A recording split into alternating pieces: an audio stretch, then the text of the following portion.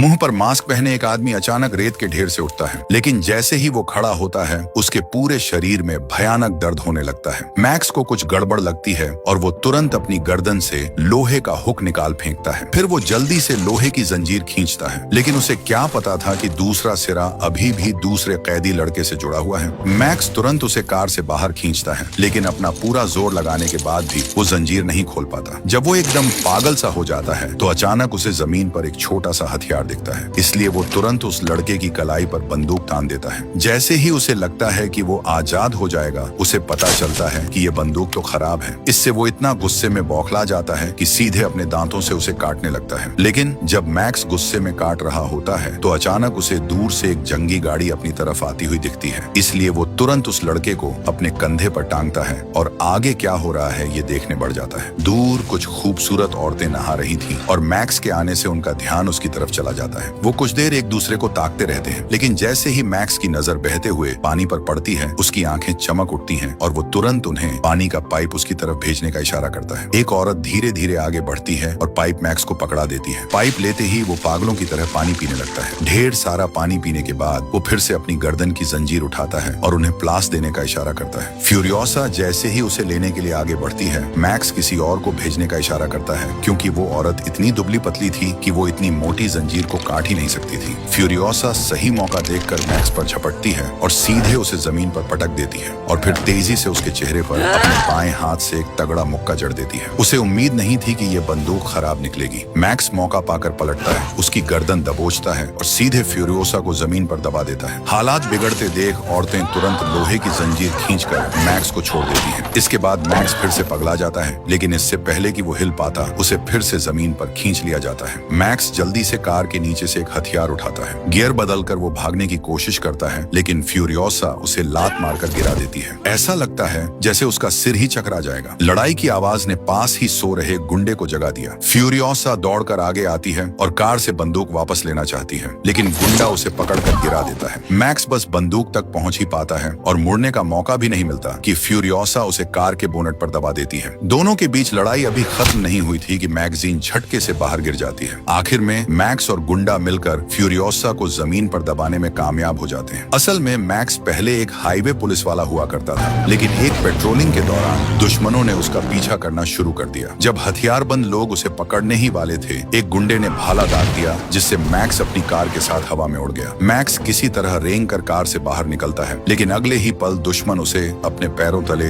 रौंद देते हैं। आखिर में वो मैक्स को अपने अड्डे पर वापस ले आते हैं। फ्यूचर की दुनिया में पानी की कमी से लगातार लड़ाइयां होती रहती हैं और बचे हुए लोग रेडिएशन के असर से अजीबोगरीब हो चुके हैं। इस धूल भरी दुनिया में ये बचा खुचा पानी बहुत कीमती हो गया है और पानी पर उस आदमी का कब्जा है जिसके पूरे शरीर पर ट्यूमर निकले हुए हैं। एक गुंडा उसके घावों पर दवा का पाउडर छिड़कता है और फिर वो मेडलों से भरा अपना कवच पहनता है। इसके बाद अपने गुंडों के सहारे इमॉर्टन, जो वहाँ रहने वाले गरीब लोगों की तरफ बढ़ता है। नीचे खड़े गुंडे उसे सलाम ठोकते हैं और लोगों की खुशी का ठिकाना नहीं रहता, क्योंकि आज पानी बांटने का दिन था। मैं तुम्हारा मुक्तिदाता हूँ। इमॉर्टन जो आधे घंटे तक जोश भरा भाषण पेलता है और तब जाकर उसे काम की बात याद आती है। जैसे ही वो पानी का वाल्व खोलता है, नीचे के पाइप से झरने की तरह पानी फूट पड़ता है और लोग पानी भरने के लिए टूट पड़ते हैं। घर में जिसमें भी पानी भरा जा सकता था, लोग वो सब लेकर आ गए थे, लेकिन इमॉर्टन जो इतना भी दिलदार नहीं था, नीचे के लोग अभी पानी पी भी नहीं पाए थे कि उसने वाल्व बंद कर दिया। इमॉर्टन जो ने अपनी धाक जमाने के लिए गुंडों की एक फौज खड़ी कर रखी थी, लेकिन रेडिएशन की वजह से उन्हें जिंदा रहने के लिए खून चढ़ाने की जरूरत पड़ती है। इसलिए उन्होंने मैक्स को एक चलता फिरता ब्लड बैंक बनाकर पकड़ लिया और उसकी पीठ पर ब्लड ग्रुप का टैटू गोद दिया। जब लाल गर्म लोहे की रॉड उसके पास लाई जाती है तो मैक्स तुरंत भड़क जाता है, जंजीरें तोड़ता है और जल्दी से बाहर की तरफ भागने लगता है। मैक्स आगे आगे बेतहाशा भाग रहा था और छोटे गुंडे उसके पीछे पीछे पड़े थे। किस्मत खराब थी कि आगे का रास्ता बंद था, इसलिए वो दौड़कर एक लोहे के हुक से लटक गया और झूला झूलने लगा। साथ ही उसने एक गुंडे को भी अपने साथ टपका दिया। मैक्स ने काफी देर तक हाथ पैर मारे, लेकिन आखिर में उसे खींचकर वापस ले जाया गया। इसी बीच फ्यूरियोसा को इमॉर्टन, जो कि आर्डर पर पेट्रोल टाउन से सामान बदलने के लिए गुंडों के साथ भेजा जाता है, लेकिन जैसे ही उनका काफिला अड्डे से दूर निकलता है, फ्यूरियोसा अचानक रास्ता बदल लेती है। पीछे आ रहे गार्डों को भी कुछ गड़बड़ लगती है और उनका लीडर तुरंत आगे आकर पूछता है कि क्या बात है, लेकिन एटीट्यूड वाली फ्यूरियोसा बस इतना बोलती है, हम पूरब जा रहे हैं।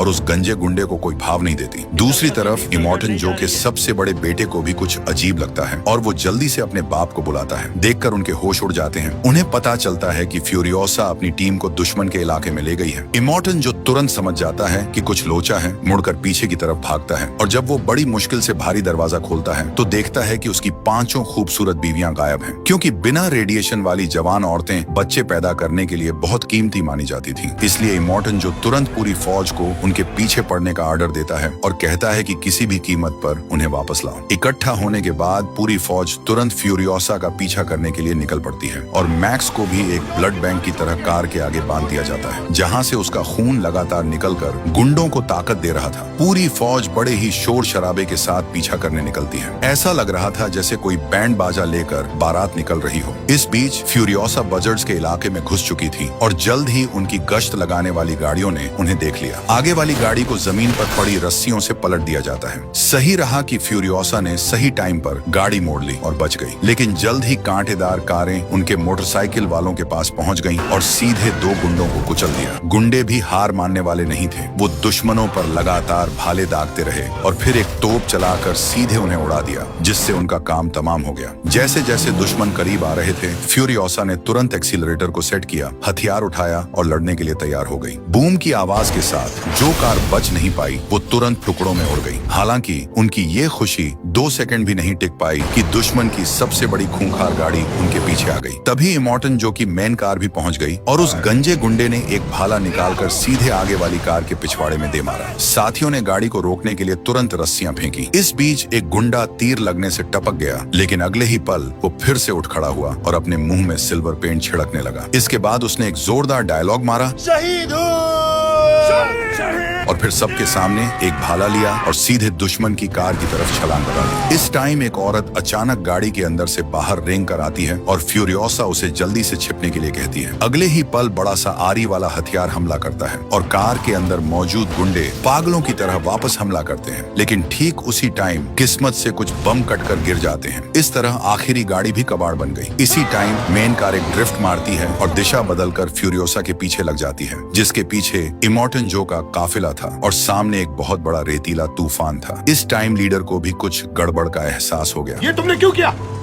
क्यों किया तुमने? फ्यूरियोसा का गुस्सा इतना तेज था कि उसने सीधे एक मुक्का जड़ दिया। तभी मेन कार का टायर अचानक पंक्चर हो जाता है, इसलिए वो मैक्स को पीछे शिफ्ट करने का प्लान बनाते हैं। मैक्स सही मौका देखकर उस गुंडे पर लातों की बारिश कर देता है। जैसे ही दुश्मन वापस हमला करने की सोचता है, मैक्स सीधे 2 गोलियां चलाता है और उसे जमीन पर गिरा देता है। लेकिन जैसे ही वो कार के अंदर घुसने की कोशिश करता है, गुंडा कार की सारी खिड़कियां बंद कर देता है और मैक्स को कार के बाहर लटके हुए सीधे उड़ती हुई रेत का सामना करना पड़ता है। लेकिन जब मेन कार फ्यूरियोसा के करीब पहुंचने ही वाली थी, वो लड़का अचानक कार का फ्यूल वाल्व खोल देता है और जैसे ही केबिन में तेल भरने लगता है, वो खुशी से अपने मुंह में इंजन स्प्रे करने लगता है। मैक्स को खतरा लगता है और वो तुरंत खिड़की के शीशे पर वार करना शुरू कर देता है। फिर वो कार के सामने की तरफ आता है और अगले ही पल सीधे सिग्नल वाला पटाखा जला देता है। फ्यूरियोसा अचानक ब्रेक मारती है और कार कई बार घूमकर टुकड़े टुकड़े होकर पलट जाती है। इसके बाद वही सीन आता है जहां मैक्स फ्यूरियोसा पर काबू पाता है। जब इमोर्टन जो का काफिला करीब आ रहा होता है तो वो बेवकूफ गुंडा सोचता है कि मैक्स ने कोई तीर मार लिया है। मैक्स उसे बेवकूफ बनाकर जंजीर खोलने के लिए कहता है। जब गुंडा पागलों की तरह खुश हो रहा होता है, मैक्स उसे एक ही मुक्के में जमीन पर सुला देता है। फिर वो सीधे कार छीनकर भागने की कोशिश करता है, लेकिन वो अभी ज्यादा दूर नहीं गया था कि कार वहीं रुक जाती है। तभी फ्यूरियोसा भी वहां पहुंच जाती है। मेरे बगैर टैंकर चल ही नहीं सकता। मजबूर होकर मैक्स उन्हें कार में चढ़ने देता है। जैसे ही कार चालू होती है, गुंडा जाग जाता है और कार पर चढ़ जाता है। ठीक उसी टाइम उन्हें अचानक पता चलता है कि गैस टाउन और बुलेट फार्म के लोग भी उनका पीछा करने वाली टीम में शामिल हो गए हैं। तभी कार में अचानक तेज झटके लगने लगते हैं। मैक्स तुरंत कार के पीछे जाकर देखता है कि क्या हुआ है और ये पता चलते ही कि तेल के टैंक के ब्रेक में कोई दिक्कत है, वो तुरंत ब्रेक के तार को फिर से जोड़ देता है। जैसे ही मैक्स अपना मास्क उतारता है, गुंडा अचानक कार के नीचे से बाहर निकलता है और फ्यूरियोसा की गर्दन को कसकर पकड़ लेता है। लेकिन क्योंकि वो 6 लोगों से नहीं लड़ सकता था, वो उसे कार से नीचे फेंक देते हैं। उसके बाद वो मोटरसाइकिल गैंग के इलाके में पहुंचते हैं। फ्यूरियोसा कहती है कि डील के हिसाब से वो सामान की अदला बदली करके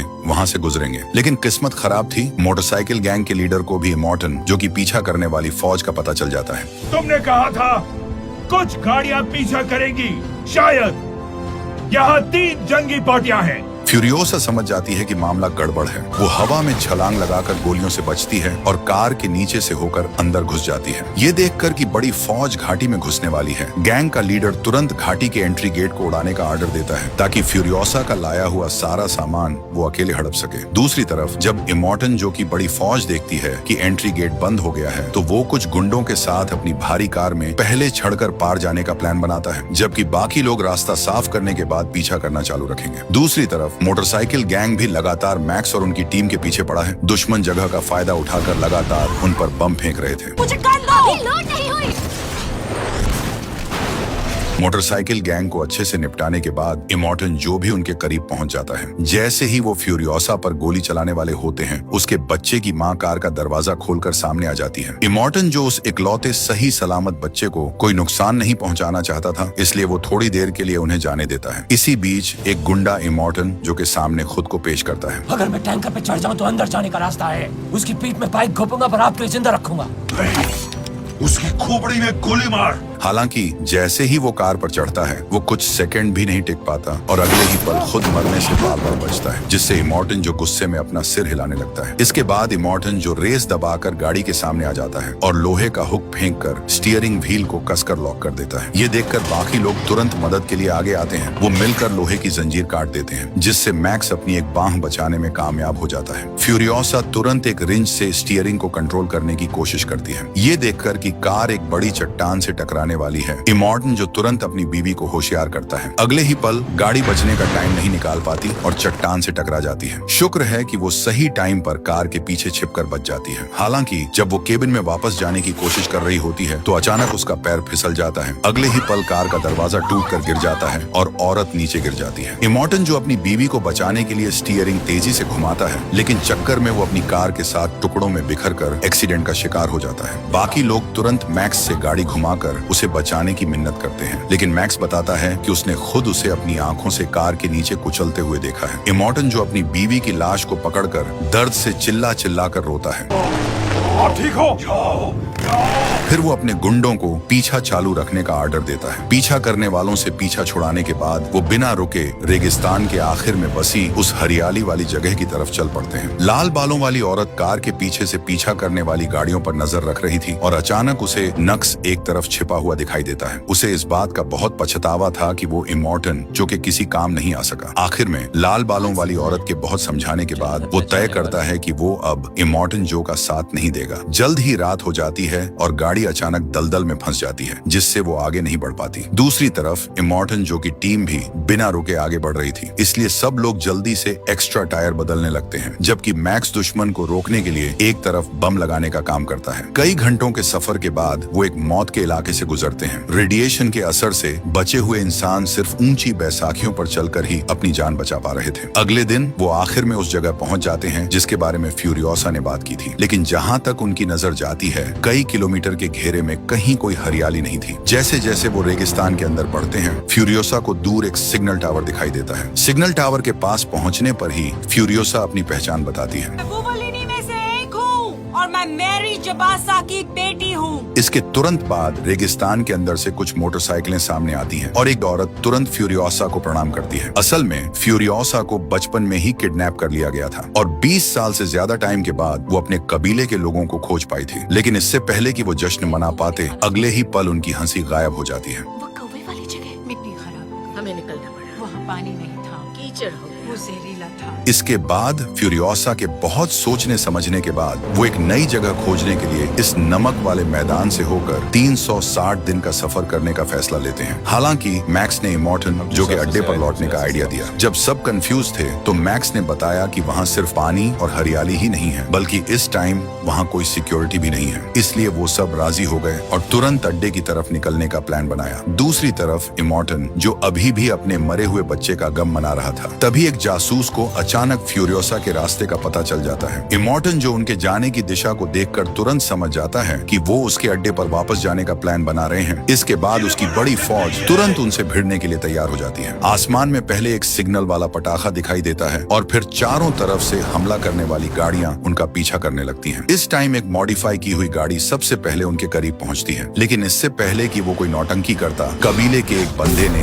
एक ही गोली में उसे ढेर कर दिया। ये देखकर कि कई दुश्मन गाड़ियां ओवरटेक करने वाली हैं, नक्स तुरंत कार के आगे आता है और अपने मुंह से इंजन पर पेट्रोल थूकता है, जिससे गजब तरीके से कार की स्पीड बढ़ जाती है। लाचार होकर दुश्मन की छोटी गाड़ियां उनके सामने आ जाती हैं और नुकीले टायर फाड़ने वाले कांटे फेंकने लगती हैं। हालांकि फ्यूरियोसा ने सही टाइम पर दिशा बदल ली, लेकिन फिर भी आगे का टायर पंक्चर हो गया। तभी कबीले के लोग मोटरसाइकिल से अचानक सामने आते हैं और एक ही झटके में गोली मारकर दुश्मन को उड़ा देते हैं। हालांकि तभी इंजन में कुछ खराबी आ जाती है, जिससे कार की स्पीड कम हो जाती है और पीछे आ रहा काफिला तेजी से उनके करीब पहुंच जाता है। तभी कबीले का एक बंदा छिपकर हमला करता है, लेकिन गलती से उसे गोली लग जाती है। इस बीच पीछे की फौज गाड़ी के करीब आ चुकी थी और उसे रोकने के लिए लगातार लोहे के हुक फेंक रही थी। मैक्स को लगातार उन लोहे की जंजीरों को काटना पड़ता है, लेकिन इससे पहले कि वो ये काम पूरा करता, इमोर्टन जो के काफिले ने अपना पैंतरा बदल दिया। वो लंबे डंडों का इस्तेमाल करके गाड़ी पर भाले फेंकने लगे। मैक्स अभी उठ भी नहीं पाया था कि एक गुंडा तेजी से आगे बढ़ता है, लेकिन कबीले के एक बंदे ने पीछे से आकर उसे एक गोली में खत्म कर दिया। इसके बाद मैक्स की तरफ एक जोरदार धमाका होता है। एक गुंडा जो भागने की कोशिश कर रहा था, उस पर तोप चला दी जाती है। इसी बीच एक गुंडा मौका पाकर एक छोटे बालों वाली औरत को उठाकर ले जाता है। ढेर सारे छोटे गुंडे लगातार गाड़ी पर कूदते रहते हैं। मैक्स दौड़कर एक को टक्कर मारकर उड़ा देता है। जैसे ही एक गुंडा उठने की कोशिश करता है, फ्यूरियोसा अचानक ब्रेक मारकर उसे लात मार देती है।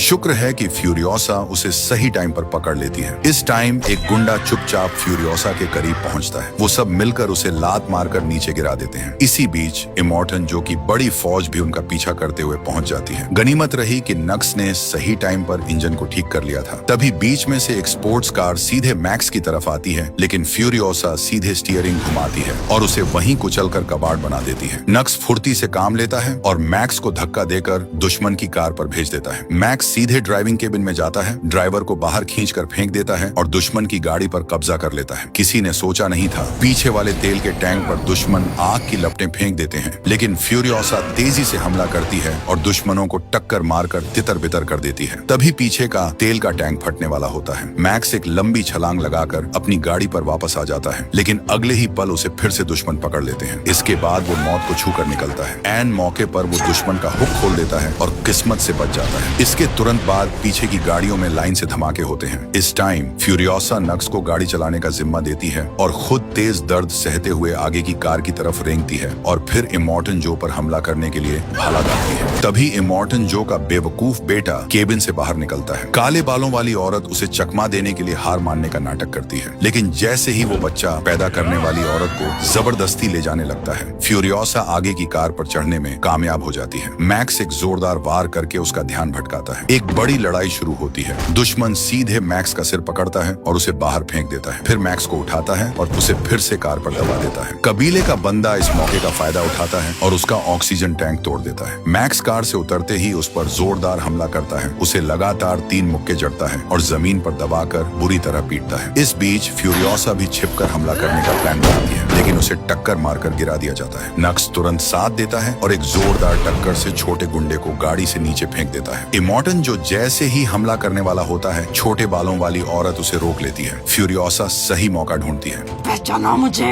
इमोर्टन जो कि वहीं दर्दनाक मौत हो जाती है। बाकी लोगों को खबर मिलती है और वो तुरंत आगे की कार में शिफ्ट होने लगते हैं। तभी भारी भरकम बेटा अचानक जाग जाता है। नक्स तुरंत आगे की कार से दूरी बनाने के लिए अपनी कार की स्पीड कम कर देता है, लेकिन दुश्मन सीधे इंजन को ही उखाड़ देता है। जैसे ही वो इसे कार की खिड़की पर मारने वाला होता है, नक्स को समझ आ जाता है कि अब वो वापस नहीं लौट सकता। आगे की कार से दूरी बनते देख नक्स सीधे स्टीयरिंग घुमाता है और अपनी गाड़ी से पीछे आने वाले दुश्मनों का रास्ता रोक लेता है। हालांकि वो सही सलामत बाकी लोगों से छुटकारा पा लेते हैं, लेकिन फ्यूरियोसा का बहुत ज्यादा खून बह गया था और वो बेहोश होने वाली थी। मैक्स को अचानक याद आता है कि वो यूनिवर्सल डोनर है, इसलिए वो तुरंत अपनी इस खूबी का फायदा उठाकर फ्यूरियोसा को खून देता है और उसकी जान बचाता है। इसके बाद वो इमोर्टन जो की गाड़ी को चलाकर वापस अड्डे पर लौट आते हैं। मैक्स कार के आगे खड़ा होता है और इमोर्टन जो के मरने का ऐलान करता है।